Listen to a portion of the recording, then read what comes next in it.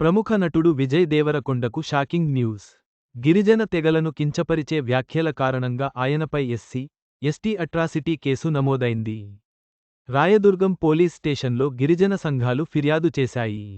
సినీ నటుడు Vijay దేవరకొండకు big shock తగిలింది. హైదరాబాద్లోని Rayadurgam police station ST atrocity case నమోదైంది. పలు గిరిజన సంఘాల ఫిర్యాదు నేపథ్యంలో రాయదుర్గం పోలీసులు ఈ కేసు నమోదు చేశారు. హీరో సూర్య నటించిన రెట్రో మూవీ ఆడియో ఫంక్షన్లో విజయ్ దేవరకొండ మాట్లాడుతూ, పాతకాలంలో గిరిజన తెగలు కొట్లాడుకున్నట్టే ఇప్పుడు ఇండియా, పాకిస్తాన్ దేశాలు కొట్లాడుకుంటున్నాయని వివాదాస్పద వ్యాఖ్యలు చేశారు. ఈ వ్యాఖ్యలు గిరిజనులను కించపరిచేలా ఉన్నాయని గిరిజన సంఘాలు ఆరోపించాయి.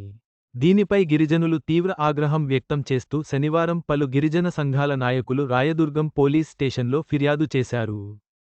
ఫిర్యాదు అందుకున్న రాయదుర్గం పోలీసులు సినీ నటుడు విజయ్ దేవరకొండపై ఎస్టీ అట్రాసిటీ కేసు నమోదు చేశారు. విజయ్ దేవరకొండపై నమోదైన ఎస్టీ అట్రాసిటీ కేసు తీవ్ర చర్చకు దారితీసింది.